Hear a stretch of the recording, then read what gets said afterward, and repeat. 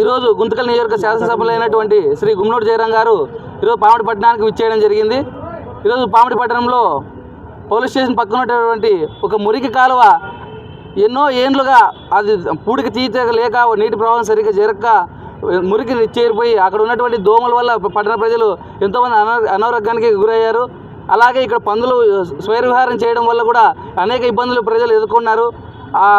ఒక రోడ్డు విస్తరణ పనుల్లో వచ్చినప్పుడు ఎమ్మెల్యే గారు రోడ్డు విస్తరణ పనులు పరిశీలించడానికి వచ్చినప్పుడు ఈ మురికాలను చూసి ఇంత నిరుపయోగంగా ఉంది, ప్రజలకు ఇబ్బందికరంగా ఉంది, దీన్ని మనం ఒక క్లీన్ చేయించి ఒక కల్వర్ట్ మాదిరి వేయించి ఒక మార్కెట్ యార్డ్ మాదిరిగా ఏర్పాటు చేసి ప్రజలకి ఉపయోగపడే విధంగా మారుద్దామని ఆలోచన చేయడం జరిగింది.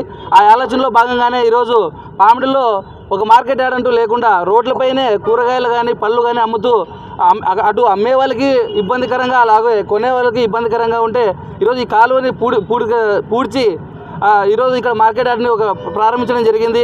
అలాగే మండలంలో కూడా అనేక గ్రామాలలో సీసీ రోడ్లు అయితేనేముంది, డ్రైనేజీలు అయితేనేముంది, అనేక అభివృద్ధి కార్యక్రమాలు చేపడుతున్నారు. ఈరోజు గుంతకల్ నియోజకవర్గంలో ఎమ్మెల్యే గారు చేస్తున్నటువంటి అభివృద్ధి కార్యక్రమాలు చూసి ఎంతో హర్షిస్తున్నారు.